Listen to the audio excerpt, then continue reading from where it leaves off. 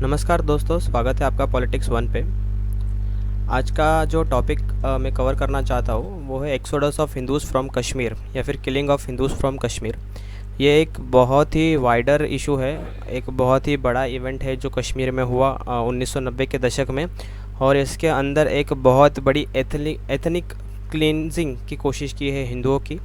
और मैं आपको इसमें पूरा एनालिसिस बताने की कोशिश करूँगा, क्या इसमें इवेंट हुआ था, क्या फैक्ट्स थे, मतलब क्या डिस्टर्बिंग फैक्ट्स थे, क्या किस तरह से इसकी शुरुआत हुई, मैं आपको सब कुछ बताने की कोशिश करूँगा। उससे पहले मैं आपको चाहता हूँ कि एक बार आप एक ये वीडियो देखिए जो मैं आपको दिखाऊँगा अभी। Terror and grief in this remote village in Indian-controlled Kashmir after 24 Hindus were dragged from their homes and massacred. Suspected Islamic militants in army uniforms forced them out of their homes, lined them up in front of a Hindu temple and shot them at close range. It's the biggest ever terrorist attack on the state's minority. The corpses of 2 children, 11 men and 11 women, lined up side by side, were surrounded by nearly 2,000 relatives who'd come from other villages to mourn their dead. This was the last chance for relatives to see their kin before cremation. For some, it all seemed too much to bear. हाँ तो दोस्तों, आपने video देखी ही होगी, तो आप देख सकते हो उस वीडियो में क्या उस वक्त हालत हुई होगी कश्मीरी पंडितों की, जिस तरह से उन पर अत्याचार हुआ, जिस तरह से लाशें बिछाई गई हिंदुओं की कुछ रेडिकल लिस्ट लोगों के द्वारा। एक बहुत बड़ी ट्रेजेडी थी, लेकिन अनफॉर्चुनेटली उस वक्त इस ट्रेजेडी को कहीं पर भी डिस्कस नहीं किया गया और वो वहीं पर ही सीमित रह गई। हालांकि बाद में बहुत कुछ इस पर डेवलपमेंट्स हुए, लेकिन एक वक्त के लिए पूरा जो देश था, जब ये सब सिचुएशंस वहाँ पे हो रहे थे, तभी उस वक्त इंटरनेट वगैरह भी ज़्यादा कुछ था नहीं, इसलिए लोगों तक ये बहुत वास्ट स्केल पे पहुँचा भी नहीं, सोशल मीडिया नहीं था, तो वो बहुत रीज़न्स थे। लेकिन एक बात ये भी है कि पार्लियामेंट में भी उस वक्त इसे डिस्कस नहीं किया गया, जो कि एक बहुत ही एक अनफॉर्चुनेटली बुरी बात है। तो आगे चलते इस इशू पे। आगे बढ़ने से पहले मैं आपको ये क्लियर कर देना चाहता हूँ कि ये पूरा जो सिचुएशन हुआ कहाँ पर हुआ और जम्मू कश्मीर का पॉलिटिकल मैप कैसा है। तो ये जो रीजन है, ये वाला, ये कश्मीर रीजन है। जो कश्मीर वैली जो है वो ये रीजन है। ये जो रीजन है साउथ सदर्न पार्ट जो है स्टेट का, ये जम्मू है, ये कारगिल है और ये लद्दाख है। ये जो पार्ट है ये पाकिस्तान ऑक्यूपाइड कश्मीर है, ये भी पाकिस्तान ऑक्यूपाइड कश्मीर है। हालांकि जो पाकिस्तानी ये हैं इसे आज़ाद कश्मीर कहते हैं, लेकिन ये जो पूरा वाइट वाला पोर्शन है लेफ़्ट साइड का, ये पूरा पाकिस्तान ऑक्यूपाइड कश्मीर है। ये जो है सियाचिन ग्लेशियर्स है, जो कि इंडियन कंट्रोल के अंदर है फ़िलहाल, और यहाँ पर भी इंडियन जवान जो है तैनात रहते हैं। और ये जो है अक्साई चीन है, जो कि फ़िलहाल चाइना के कंट्रोल में है। और ये जो पार्ट है ये भी पाकिस्तान ऑक्यूपाइड कश्मीर है, लेकिन ये कई मतलब माना जाता है कि ये जो पार्ट है पाकिस्तान ने चाइना को गिफ्ट किया है, ऐसा बहुत थियरीज़ है इस पर भी। बट फ़िलहाल जो मेन अब जो फोकस है वो यहाँ पर है कश्मीर में। जो इंसिडेंट हुआ था 1990 में हिंदूज़ के साथ, वो इसी वैली में हुआ था, इसी प्लेस पे हुआ था। तो ये जो इशू है या फिर ये जो इतनी बहुत दिल देने वाली जो ट्रेजेडी है 19 जनवरी 1990 को घटी, इसे ब्लैक डे ऑफ कश्मीर भी कहा जाता है।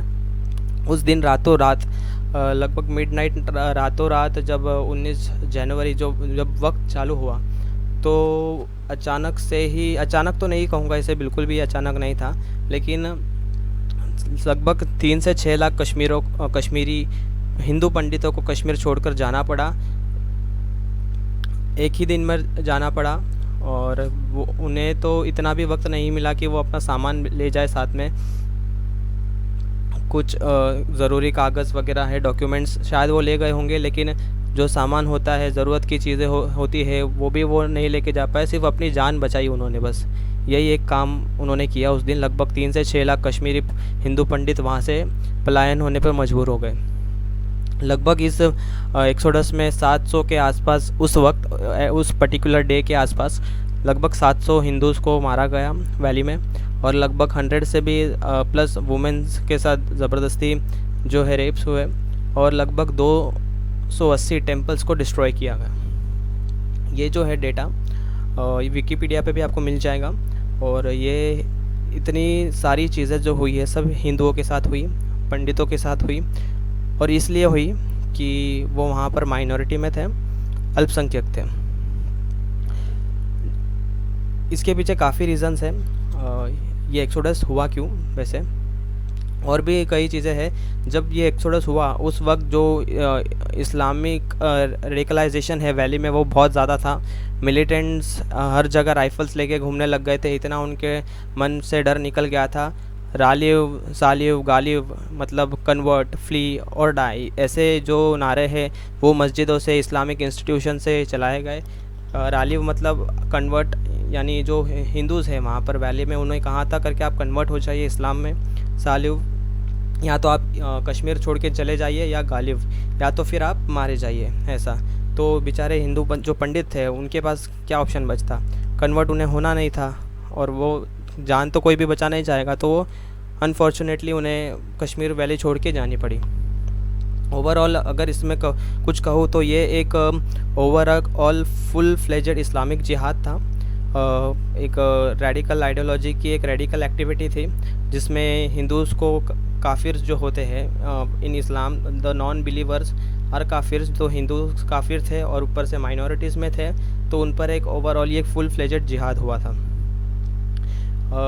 बहुत से बड़े बड़े जो चेहरे थे हिंदूज़ के कश्मीर में, वो काफ़ी शुरुआती दौर से मारे जा रहे थे। और इसलिए मैंने शुरुआत में कहा कि ये जो ब्लैक डे है वो अचानक से नहीं आया था, एक अच्छे खासे तरीके से धीरे धीरे ये एक्टिविटी जो है शेप ले रही थी। और उसी के शुरुआत में कुछ जो मेजर फेसेस थे हिंदूज़ के वहाँ पर वैली में, उन्हें टारगेट किया जाने लगा।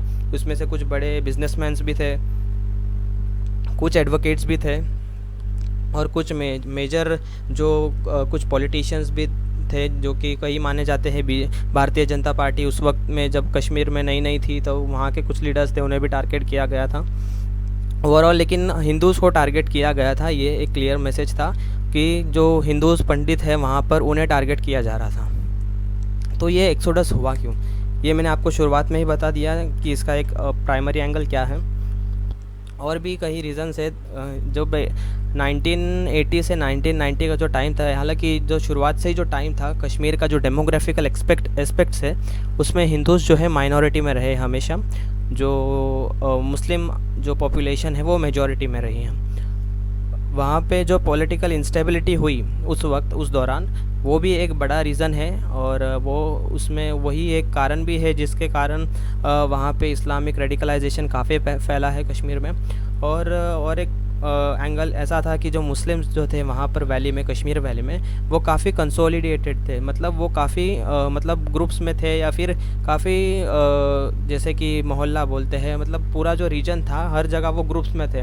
हालांकि जो हिंदूज़ थे वो काफ़ी मतलब डाइवर्स थे, मतलब किसी एक कंसोलिडेटेड जगह पे नहीं थे कि ऐसे कोई पर्टिकुलर कॉलोनी या फिर पर्टिकुलर एरिया ही पूरा हिंदूज़ का नहीं था। मतलब समझिए फॉर एग्जांपल कोई एरिया है जहाँ पे 8 हाउसेस मुस्लिम्स के हैं, तो 1 या 2 हाउसेस कश्मीरी पंडित के थे, ऐसा। तो वो एक जगह पे कंसोलिडेट नहीं थे, वेरएज मुस्लिम्स वर कंसोलिडेटेड।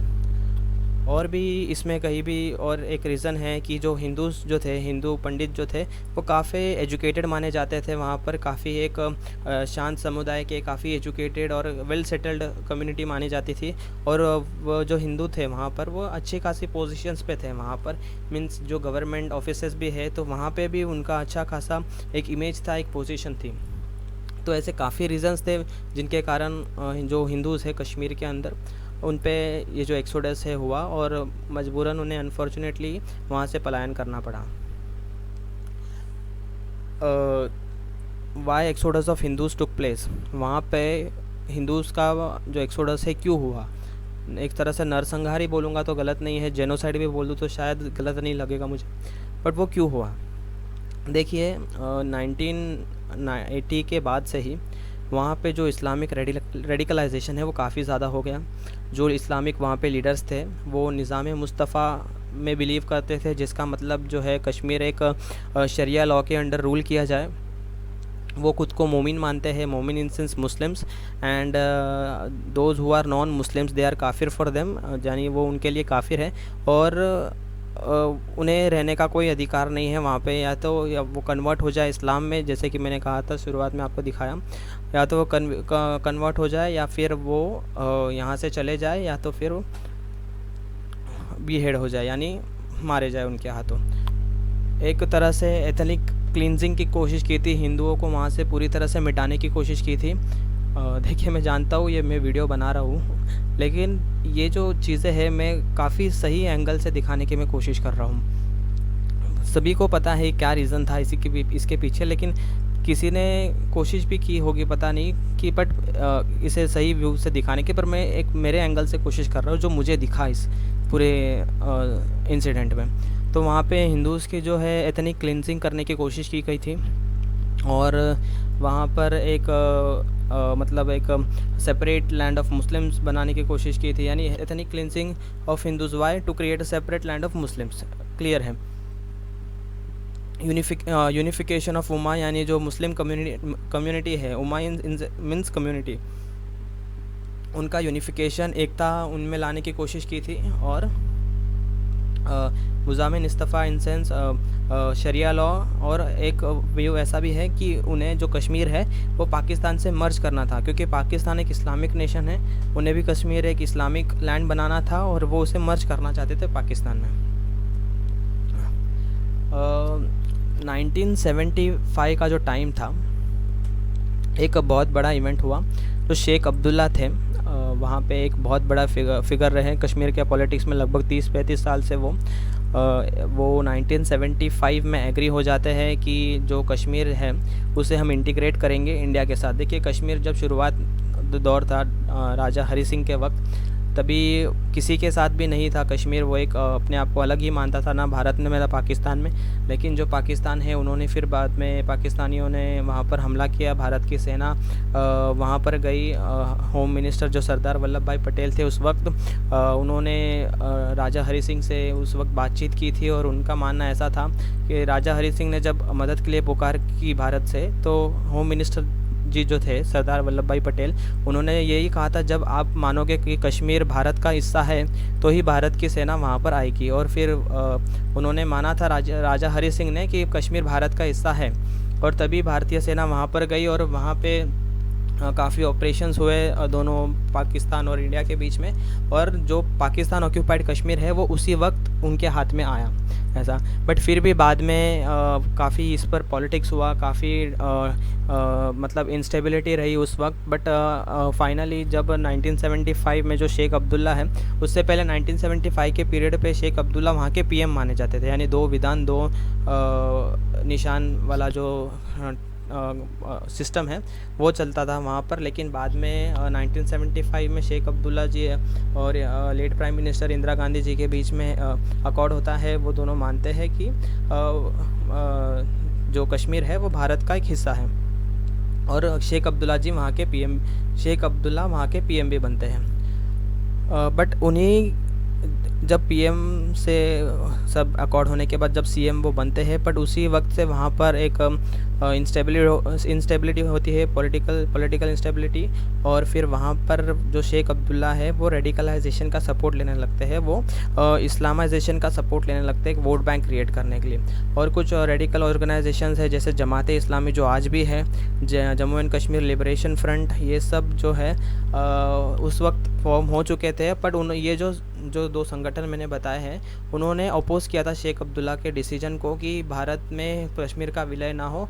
पाकिस्तान में शायद उनका सपोर्ट था, या फिर एक इंडिपेंडेंट इस्लामिक लैंड बनाने का उनका सपोर्ट था। और ये जो इंस्टीट्यूशंस है, इस्लामिक इंस्टीट्यूशंस है, ये काफ़ी इस्लामिक ऑर्गेनाइजेशंस है, ये काफ़ी विरोध में थे शेख अब्दुल्ला के उस वक्त। 1975 में मैंने जैसे कहा वोट बैंक पॉलिटिक्स वहाँ पे शुरू हो गई, और काफ़ी प्रो इस्लामिक और एंटी हिंदू एजेंडा वहाँ पे चलने लगे। इसमें एक बहुत बड़ा रोल रहा है पाकिस्तान के ISI। देखिए, पाकिस्तान एक इस्लामिक नेशन है, उनके नाम में ही इस्लामिक रिपब्लिक ऑफ पाकिस्तान है। अगर आप वहाँ पर देखोगे सिचुएशंस हिंदूज़ की, तो वो वैसे ही है जैसे 1990 में हिंदूज़ की कश्मीर में हुई थी, आज वैसी स्थिति पाकिस्तान में हिंदुओं की है। पाकिस्तान की जो इंटेलिजेंस एजेंसी है ISI, उन्होंने काफ़ी ज़्यादा इन जो ये ट्रेजेडी हुई इसमें उनका हाथ रहा है। वहाबिज़म एक आइडियोलॉजी है, एकदम रेडिकल आइडियोलॉजी है, मतलब एकदम कट्टरपंथी, अगर मैं बोलूँ कट्टरपंथी आइडियोलॉजी तो गलत नहीं है, कट्टरपंथी आइडियोलॉजी है। उसे फैलाने में काफ़ी बड़ा रोल रहा है आईएसआई का। तो आईएसआई ने काफ़ी वहाँ पर फंडिंग की, मॉनेटरी वेपन के थ्रू वेपन की फंडिंग्स की, और वहाँ पे एक यूनिटी लाने की कोशिश की मुस्लिम्स में। उस वक्त का जो दौर था 1980 के आसपास, अगर आप देखोगे वर्ल्ड वाइड, तो वर्ल्ड वाइड में आप देखोगे तो अफ़गानिस्तान में जिहाद था, ईरान में इस्लामिक रिवॉल्यूशन हुआ ही था, पाकिस्तान जो था बहुत उनका फोकस पंजाब पर था, क्योंकि पंजाब में भी इंस्टेबिलिटी थी। तो इन सब का वो फ़ायदा उठाना चाहता था, और यही सब चीज़ों से वहाँ के जो कश्मीर के यूथ थे वो काफ़ी मोटिवेट हुए एक रेडिकल इस्लामिक मूवमेंट चलाने में, और उसे फंडिंग की पाकिस्तान की आईएसआई ने, वेपन्स की मॉनेटरी फंडिंग भी की, मैंने आपको बताया। तो आईएसआई का एक बहुत बड़ा रोल रहा है एक्सोडस ऑफ हिंदूज़ में कश्मीर से। शेख अब्दुल्ला जो थे उनका जो विज़न था एक तरह से वो क्लियर होने लग गया था जब उन्होंने लगभग 2000 गांव, मेरे हिसाब से 2 से 2500 है जो गांव है उन्होंने नाम बदल दिया। मतलब जो गांव हिंदू नाम से जाने जाते थे उन्होंने उन गांव को प्रो इस्लामिक नाम या फिर इस्लामिक नाम दे दिए थे। तो तभी से उनका जो विज़न है क्लियर होने लग गया था। जो प्राइम मिनिस्टर थी भारत की, इंदिरा गांधी जी, उन्हें कहीं ना कहीं ये सब दिखने तो ज़रूर लग गया था। बहुत से स्पीचेस थे जिसमें शेख अब्दुल्ला ने हिंदूज़ को मुखबिर कहा। मुखबिर यानी एक इन्फॉर्मर, यानी जो इंडिया को सपोर्ट करता है, एक प्रो इंडियन है या फिर एक एंटी मुस्लिम भी कह सकते हो, उनके व्यू से जो है उन्होंने कश्मीरी जो पंडित है हिंदूज़ है उन्हें मुखबिर कहना शुरुआत कर दिया था। काफ़ी स्पीचेस में हेट दिखने लग गई थी कश्मीरी हिंदूज़ को, या फिर हिंदूज़ को अदर्स करके वो रेफ़र करने लग गए थे। जैसे कि मैंने बताया, और भी ये जो इस्लामिक रेवोल्यूशंस हुए थे अफ़गानिस्तान में, सोवियत के साथ लड़ाई हो रही थी, जिहाद चल रहा था वहाँ पर, इस्लामिक रिवॉल्यूशन इन ईरान, और पाकिस्तान का जो फोकस था पंजाब को लेकर, इन सब का पूरा फ़ायदा उठाया गया वहाँ के यूथ को मोटिवेट करने में।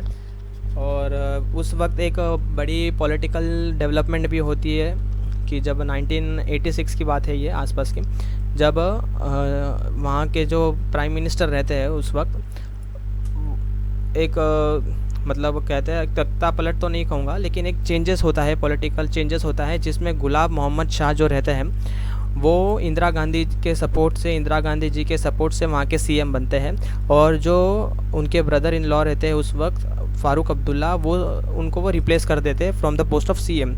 मतलब पहले फ़ारूक अब्दुल्ला जो रहता है वो वहाँ के सीएम रहते हैं, बट उनके और इंदिरा गांधी जी के बीच में कुछ डिसएग्रीमेंट होता है किसी चीज़ को लेकर, और कांग्रेस जो है वहाँ से फ़ारूक अब्दुल्ला के जो है उनसे सपोर्ट ले लेती है। और जो गुलाब मोहम्मद शाह है, जो फ़ारूक अब्दुल्ला जो है ब्रदर इन लॉ लगते हैं उनके, उनको सपोर्ट देती है, और गुलाब मोहम्मद शाह जो रहते हैं वो एक उनकी सरकार खड़ी करते हैं कश्मीर के अंदर कांग्रेस के सपोर्ट से।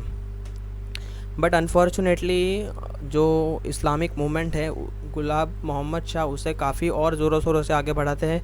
यहाँ तक कि इतना भी देखने के लिए मिला था कि एक एंशिएंट हिंदू टेंपल था, उसे वो एक मस्जिद में कन्वर्ट करने की डिमांड रखने लग गए थे कि जो मुस्लिम एम्प्लॉयज़ जो है वहाँ पर वो नमाज़ पढ़ेंगे करके। और इसका काफ़ी विरोध हुआ वैलीज़ में, कश्मीर वैली में भी हुआ, जम्मू वैली में भी हुआ, और पूरी तरह से जो उनका जो प्रो इस्लामिक एजेंडा था उसे हिंदूज़ ने कहीं ना कहीं अपोज़ किया।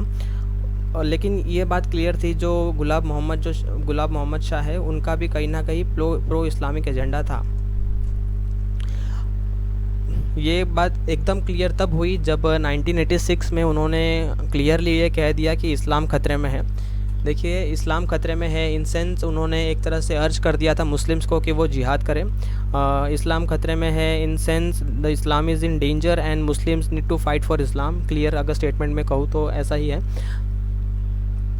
और उसी के बाद, उनके उस स्टेटमेंट के बाद काफ़ी एंटी हिंदू मूवमेंट्स कश्मीर में विजिबल हो गई, एक्टिव हो गई, जिसमें मेजर डिस्ट्रिक्ट्स जो है सोपोर, अनंतनाग, फ़तेहपुर, सलार, ये सब अफेक्ट हुआ है। ये सब मोस्टली साउथ कश्मीर के हैं, बट यहाँ पर जो है उनका जो स्टेटमेंट था इस्लाम खतरे में है, वो एकदम से विजिबल होने लग गया था, जो कि इनके ऊपर जो हिंदू जो थे वहाँ पर अत्याचार बढ़ने लग गया था। मतलब वहाँ पे किलिंग्स होने लग गई, जो बड़े बड़े फेसेस थे उन्हें टारगेट किया जाने लग गया, और काफ़ी वहाँ पे एकदम डेंजर सिचुएशन बन गई थी हिंदू कम्युनिटी के लिए। इसके लिए मैंने वो सडन तो नहीं है, वो एक अच्छे खासे टाइम के साथ इस आइडियोलॉजी ने शेप लिया और फिर ये एक्सोडस हुआ है। 12 मार्च 1986 को जो गवर्नर रूल वहाँ पे अप्लाई हो गया, क्योंकि कांग्रेस ने भी वापस जो गुलाब मोहम्मद शाह है उनसे उनका सपोर्ट ले लिया। देखिए, पहले कांग्रेस का सपोर्ट फ़ारूक अब्दुल्ला को था। इंदिरा गांधी एंड फ़ारूक अब्दुल्ला जी के जो फ़ारूक अब्दुल्ला जी तो नहीं बोलूँगा, फ़ारूक अब्दुल्ला जो था उनसे डिसएग्रीमेंट हुआ, उन्होंने सपोर्ट ले लिया। गुलाब मोहम्मद शाह को सपोर्ट दिया, उनके जो एक्टिविटी थे वो भी प्रो इस्लामिक थे, और कांग्रेस ने उनसे भी सपोर्ट वापस ले लिया। और उस वक्त जगमोहन, यहाँ पे मैंने उनकी फ़ोटो भी लगा रखी है, आप देख सकते हो, ये जो है वहाँ के गवर्नर बने और इनके अंडर वापस कश्मीर जो है, मतलब पूरा जो स्टेट है जम्मू एंड कश्मीर, वो वापस इनके अंडर आया। 1987 में इलेक्शंस हेल्ड हुए अगले ही साल, और ये जो इलेक्शंस था तब तक काफ़ी कुछ चेंजेस हो चुके थे। जो इंदिरा गांधी जी है उनका एसेसिनेशन हो चुका था दिल्ली में, और जो उनके जगह पे Rajiv Gandhi as a PM आए थे, और राजीव गांधी जी जो थे, राजीव गांधी जी ने सपोर्ट दिया फ़ारूक अब्दुल्ला को दोबारा, और फ़ारूक अब्दुल्ला और राजीव गांधी जो है नेशनल कांग्रेस के, फ़ारूक अब्दुल्ला कांग्रेस का सपोर्ट से राजीव गांधी जी ने सपोर्ट दिया, और इन दोनों ने मिलकर इलेक्शन लड़ा था 1987 में अगले साल, और तभी वापस वहाँ पर सरकार बनी जिसमें फ़ारूक अब्दुल्ला सीएम बने। लेकिन 1987 के इलेक्शंस में और एक भी चीज़ हुई थी, जो कि वहाँ पे जो प्रो इस्लामिस्ट लीडर थे उन्होंने एक अलग से पार्टी बनाई थी, मुस्लिम यूनाइटेड फ्रंट। इस पार्टी के अंदर काफ़ी जो लीडर्स थे या फिर जो नेता थे वो जमाते इस्लामी के थे। जैसे अगर आप देखोगे, जमाते इस्लामी एक प्रो मुस्लिम ऑर्गेनाइजेशन है, प्रो इस्लामिक ऑर्गेनाइजेशन है, जो उनका विज़न है, मिशन है, वो बहुत रेडिकलाइज्ड मिशन है। वो एक तरह से पूरा यानी गज़वाए हिंद ये सब में बिलीव करते हैं, और एक प्रो इस्लामिक नेशन की वो डिमांड करते हैं। तो ये जो इस ऑर्गेनाइजेशन के जो लीडर्स थे वो मुस्लिम यूनाइटेड फ्रंट के लिए के तरफ से उन्होंने चुनाव लड़ा, लेकिन उस चुनाव के अंदर वो हार गए। और ऐसा माना जाता है कि जो नेशनल कांग्रेस है और नेशनल कॉन्फ्रेंस है, और कांग्रेस जो है, Rajiv Gandhi ji lead Congress and Farooq Abdullah lead National Conference, इन दोनों ने उसमें धांधली की थी, या फिर गफला, या फिर कुछ भी आप कह सकते हो, बट उसे अडल्ट्रेट करने की कोशिश की थी उस इलेक्शन को, और उसके जो रिज़ल्ट्स आए थे वो इन्हें सहमत नहीं थे। और एक इसमें बड़ा चेहरा है सैयद सलाउद्दीन, ये जो है आज के वक्त में एक बहुत मेजर टेररिस्ट है। जो कश्मीर में इंसर्जेंसीज होती है, आतंकवादी आते हैं, काफ़ी इससे इंस्पायर्ड होते हैं सैयद सलाउद्दीन से, और ये एक प्रो यानी वहाँ पे जो जिहाद हो रहा है एक तरह से, ये उसे आज भी लीड कर रहा है। और ये उस वक्त 1987 के टाइम पे जो इलेक्शंस हुआ था उसमें मुस्लिम यूनाइटेड फ्रंट की तरफ से खड़ा हुआ था। एक चीज़ और है कि जब ये सब हो रहा था 1990 के वक्त में, तब जैसे मैंने बताया 1987 में इलेक्शंस होते हैं, नेशनल कॉन्फ्रेंस एंड कांग्रेस साथ में चुनाव लड़ते हैं, वो जीतते हैं और फ़ारूक अब्दुल्ला सीएम बनते हैं। ये सब के बाद फ़ारूक अब्दुल्ला सीएम बने रहते हैं, और बाद में जब एक चीज़ काफ़ी हैरानी वाली है, जब 19 जनवरी 1990 तक वो सीएम रहते हैं, लेकिन उस दिन वो रिज़ाइन करते थे ना, जिस दिन एक्सोडस होता है उस दिन वो रिज़ाइन कर देते हैं, और फिर जो जगमोहन जी है वो दोबारा वो लीड करते हैं जम्मू एंड कश्मीर को, और फिर जो सारा सिचुएशन है इनके अंडर आता है। लेकिन आप एक चीज़ अगर देखोगे, कश्मीर में जो ये सब मूवमेंट्स चल रहे थे शुरुआत से लेके अब तक की, मैंने आपको धीरे धीरे डेवलपमेंट देने की कोशिश की। इसमें काफ़ी कुछ हुआ, जैसे कि एक धीरे धीरे फॉर्मेशंस हुई प्रो इस्लामिक आइडियोलॉजी की, एंटी हिंदू सेंटिमेंट्स की, और यहाँ पे हिंदूज़ को टारगेट किया जाने लग गया। काफ़ी हद तक सेंट्रल गवर्नमेंट ने रेसिस्ट किया है बट वो सक्सेसफुल नहीं रहे। काफ़ी मेजर टेररिस्ट इस दौरान खड़े हुए, जो मुस्लिम संगठन के जो लोग थे वो खुलेआम वहाँ पर पिस्टल्स राइफ़ल्स लेके घूमने लग गए थे। हिंदूज़ को सीधा सीधा थ्रेट दे दिया गया था कि आप आपके घर से निकल जाओ, कन्वर्ट हो जाओ या तो मारे जाओ। बहुत बुरे तरीके से उन्हें बाद में वहाँ पे ट्रीट भी किया गया जो वहाँ पर रहे। बहुत गलत घटनाएं की उनके साथ, घर को लूटा गया, प्रॉपर्टीज़ डैमेज हुई, वुमेंस के साथ गलत काम किए गए, बच्चों तक को भी नहीं छोड़ा गया। इतना भी देखा है, मतलब आर्टिकल्स अगर आप देखोगे कहीं तो यहाँ ये भी देखने को मिलता है। और एक बहुत बुरा एक टाइम रहा है हिंदूज़ के लिए वहाँ पर। इस वक्त में जो लीडर्स थे वहाँ पे वो भी इसमें समर्थक थे कहीं ना कहीं। जो लीडर्स थे आप देखोगे अगर तो सब प्रो मुस्लिम लीडर ही कहीं ना कहीं वहाँ पे हमेशा आए हैं। इस पूरे वक्त में कोई भी एक हिंदू लीडर वहाँ पर नहीं था। हमेशा जो थे फ़ारूक अब्दुल्ला, उनके पिताजी है शेख अब्दुल्ला, और आज के टाइम पे उमर, अब तो फ़िलहाल कुछ मतलब नहीं है, बट उमर अब्दुल्ला ही फ़ारूक अब्दुल्ला के बेटे हैं। ये सब हमेशा एक प्रो इस्लामिक स्टैंड रखते हैं कश्मीर के लिए। ये कश्मीर को एक अलग ही मानते हैं। इन्होंने कभी कश्मीर को भारत का हिस्सा माना ही नहीं, और वो हमेशा से एक प्रो मुस्लिम या फिर एक प्रो मुस्लिम लैंड का डिमांड करते आए हैं। बट इस सब के शिकार जो हुए वो हिंदूज़ थे। बहुत ही बुरे तरीके से उन्हें वहाँ से पलायन करना पड़ा, और ये जो है घटना इतिहास में दर्ज हो गई। बट यह वहाँ पर रुकी नहीं। बहुत कुछ डेटाज बताते हैं कि जब वहाँ पर एक्सोडस एक तरह से 1990 में रुक तो नहीं गया था, लेकिन ये अप्रैल में काफ़ी ज़ोरों शोरों में था। ये सब शुरुआत इसकी जनवरी 1990 में हो गई थी, बट ये जो मास स्केल पे जो एक्सोडस हुआ वो अप्रैल में हुआ। ऐसा लगभग अप्रैल के बाद भी, यानी पिछले 20 सालों में अगर आप देखोगे, अप्रैल 1990 फिर लगभग 2010 तक एक कश्मीरी पंडित संघर्ष समिति है, एक ऑर्गेनाइजेशन है जो कि कश्मीरी पंडितों की ऑर्गेनाइजेशन है। इन्होंने जो डेटा प्रोवाइड किया है, इनके हिसाब से लगभग 400 हिंदूज़ की बाद में भी हत्या हुई जो वहाँ पर रह गए थे। आज के तारीख में लगभग वहाँ पे 3000 हिंदू, 2.5 से 3000 हिंदूज़ है, जिसमें लगभग 800 फैमिलीज आज भी कश्मीर वैली में हैं। बट लेकिन आप अंदाज़ा लगाइए, 6 लाख में से 3000, लगभग 0.5% लोग वहाँ पर रह गए हैं। बाकी जो लोग हैं वहाँ से पलायन हो चुके हैं, निकाले जा चुके हैं, उन्हें घर भी छोड़ना चुका है। कौड़ियों के दाम पे उन्हें अपना घर बेचना पड़ा है। अच्छी खासी उनकी जो प्रॉपर्टी वैल्यू है वो सब ज़ीरो हो गई, सब कुछ खो दिया उन्होंने। और आज बाद में वो शरणार्थी बन के अपने ही देश में रह गए, और फिर बाद में उन्होंने वेरियस कहीं तो जम्मू में सेटल हो गए, क्योंकि एकदम है वहीं पर है, ज़्यादा लंबा नहीं है कश्मीर से, लेकिन काफ़ी जो है वो वेरियस अलग अलग जो पार्ट है नेशंस के वहाँ पे सेटल हुए गए। ऐसा भी माना जाता है जहाँ पर शरणार्थी जो रहे हैं, पंडित जहाँ पर रहे, वहाँ पे भी उनकी सिचुएशन काफ़ी ख़राब रही।